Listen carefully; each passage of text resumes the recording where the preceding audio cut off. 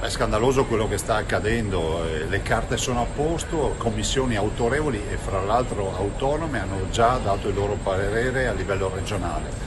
Pensare che il Ministro ha da settimane, da mesi in mano questo dossier e ci dice che non firma e che vuole ancora approfondire vuol dire che non si decide mai nulla. Non va per il sottile il presidente del Veneto Luca Zaia commentando la decisione del ministro all'ambiente Sergio Costa di non firmare il master plan di sviluppo da 54 milioni di euro dell'aeroporto di Treviso.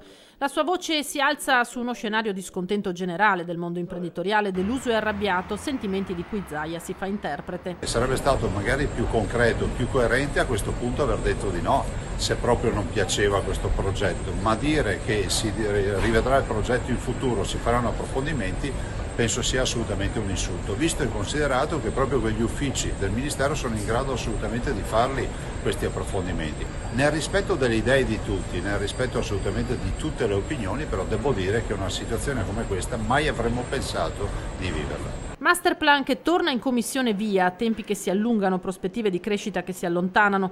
Duro a nome delle categorie il commento del presidente di Unioncamere Veneto Mario Pozza. Ci siamo già attivati ovviamente per portare la voce delle imprese, però spero che questo possa rimettere in moto il meccanismo, ma indubbiamente non si può continuare a essere in balia dei comitati. Questa gente che abita vicino l'aeroporto quanti anni è che è lì?